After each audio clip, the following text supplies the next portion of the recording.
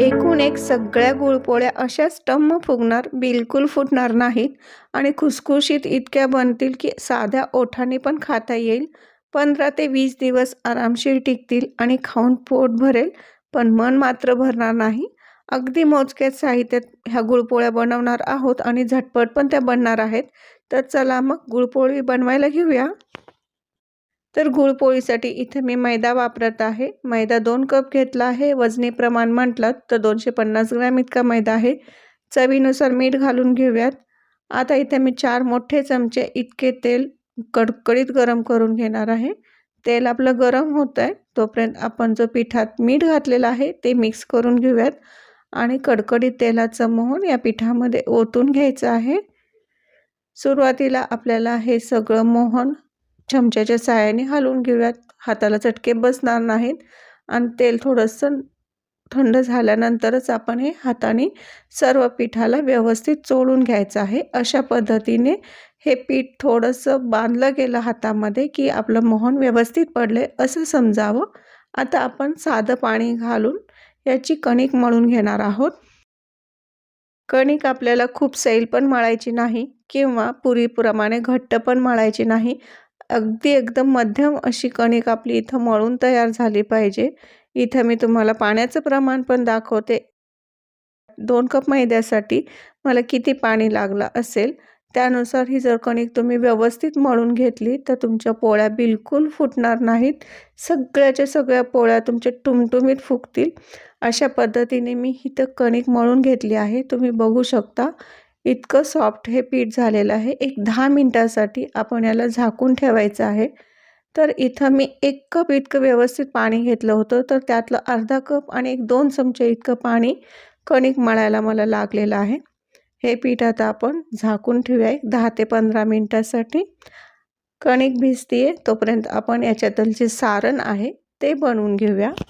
तर इथं मी गुळपोळीचं जे सारण आहे त्यासाठी इथं मी शेंगदाणे आणि तीळ 2च पदार्थ वापरणार आहे.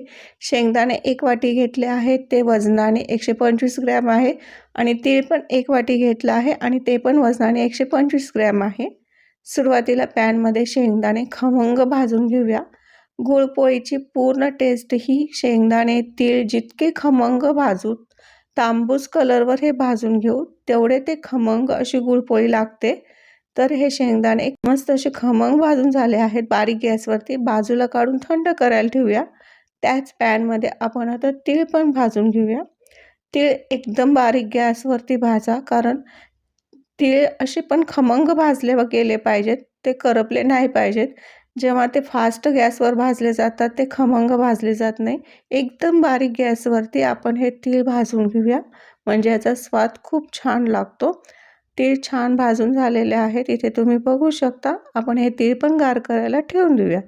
तीळ आणि शेंगदाणे गार होतात आहे. तर त्यानंतर आपण हे तर मिक्सरला बारीक करून घ्यायचं आहे. तुमच्याकडे मिक्सरचा मोठा जार असेल तर एकसाथ हे तुम्ही तीळ आणि शेंगदाणे बारीक करून घेऊ शकता, परंतु इथं मी 2 बॅचमध्ये वाटण करून घेणार आहे. तर सुरुवातीला मी शेंगदाणे घातले निम्मे आणि त्यानंतर मी निम्मे तीळ घातलेले आहेत. ते मिक्सरला ओबडधोबड थोडंसं फिरवून घ्यायचं आहे. खूप बारीक पेस्ट नाही करायची. अशा पद्धतीने ही पावडर बनली गेली पाहिजे.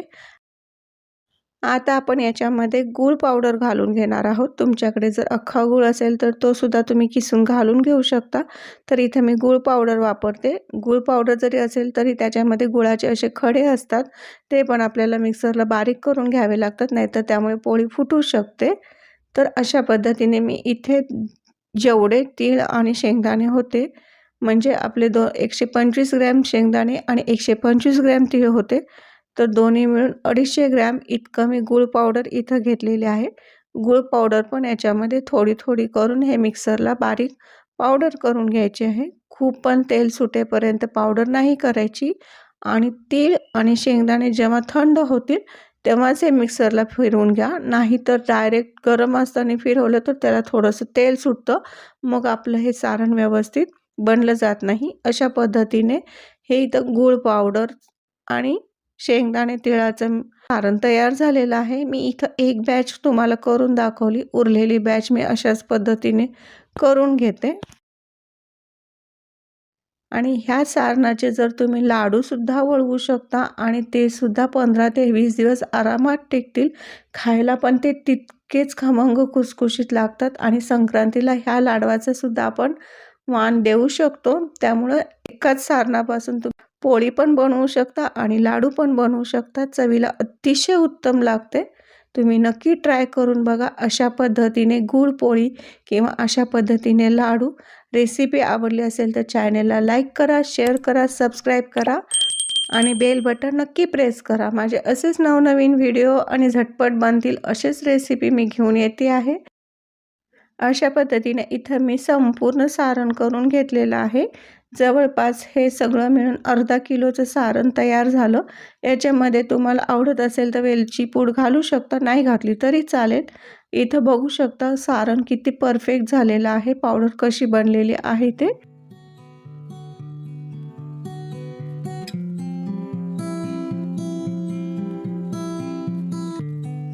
इथे कणिक पण व्यवस्थित भिजून झाली आहे. 10-15 मिनिटं झाली आहेत. कणिक थोडीशी परत एकदा हाताने सैलसर मळून घ्या. आपण जशी पुरी करतो त्या पद्धतीनेच आपल्याला ह्याची एक पुरी करून घ्यायची आहे. अगदीच मोठी पोळी करायची आहे, त्यानुसार तुम्ही याचा गोळा काढून घ्या. इथं मी मीडियम साईजच्या पुऱ्या करणार आहे, तर मी अगदीच लिंबा एवढा गोळा घेते आहे. बाकीचं जे उरलेलं पीठ असतं ते थोडंसं झाकून ठेवा पोळी लाटेपर्यंत. आणि ह्या पोळ्या कशा पटापट लाटल्या जातात, वेळ पण लागत नाहीत लाटायला. एकदम नाजूक पण नाही वाढणार. खरं फुगणार तर सगळ्या टुमटुमीत फुगतील. अशा पद्धतीने मी इतकासा गोळा घेतलेला आहे, इथे तुम्ही बघू शकता. आता याच्यामध्ये जर तुमच्याकडे मैदा असेल तर मैदा लावा किंवा इथे तांदळाची पिठी लावून सुद्धा तुम्ही ही पारी लाटू शकता. जेवढी पुरी आपली असते तेवढीच आपल्याला इथे ह्याची पारी बनवून घ्यायची आहे. आणि ही झटपट होते पोळी, त्यामुळे खूप वेळ पण लागणार नाही. सारण भरायची ही एक वेगळी ट्रिक आहे, तुम्ही इथे नक्की अशी फॉलो करा. त्यामुळे ह्या पोळ्या लवकर लवकर तयार होतील. इथे मी पुरी एवढं पारी लाटून घेतलेली आहे. याच्यामध्ये आता सारण भरण्यासाठी एखादा तुमच्याकडे ह्या मापाचा चमचा असेल तर एक माप करा आणि त्यानुसार याच्यामध्ये सारण भरून घ्या. म्हणजे सगळ्या पोळ्या एकाच चवीच्या आणि एकाच साईजच्या बनतील. जितकं तुम्हाला हवं असेल सारण जास्तच भरा, म्हणजे गुळपोळी छान लागते. आणि ह्याला मुडपायचं असेल तर एकदम साध्या पद्धतीने जशा आपण चुन्या घालतो तशा पद्धतीने हे मोदकासारखं फिरवून घ्या. वरचा जादाचा भाग वाटत असेल काढा, नाही तर तसाच तो मुडपा. आता आपण थोडंसं पीठ लावून घेऊया. गोळी परत पिठात बुडवून घ्या. तर हलका हाताने हे सारण सगळीकडून व्यवस्थित पसरून घ्या अशा पद्धतीने. आणि मग पटकन पोळी लाटता पण येईल. हलक्या हाताने लाटणं फिरवायचं आहे, खूप दाबून नाही लाटायची पोळी, म्हणजे यातलं सारण आहे ते आतमध्ये व्यवस्थित लागलं जाईल. अशा पद्धतीने तुम्ही पोळी कशी पण लाटा. हे सारण व्यवस्थित असेल, मळलेली कणिक व्यवस्थित असेल तर पोळी बिलकुल फुटणार नाही. आणि कडेपर्यंत इथं व्यवस्थित पसरलेलं तुम्हाला सारण दिसत पण असेल. खूप किचकट नाही आहे, तुम्ही बघितलंच असाल. एकदम साधी सोपी सुटसुटीत रेसिपी आहे. करायला पण अवघड नाही आणि कशीही लाटा पोळी ही फुटणार नाही आणि अगदी एकदम टम्म फुगणार अशी ही पोळी. नक्की करून बघा. अगदी आपण कशीही उचलू शकतो. अशा पद्धतीने मी बाकीच्या पण एक 2-3 पोळ्या करून घेतल्या. चला आता पटकन भाजून घेऊया.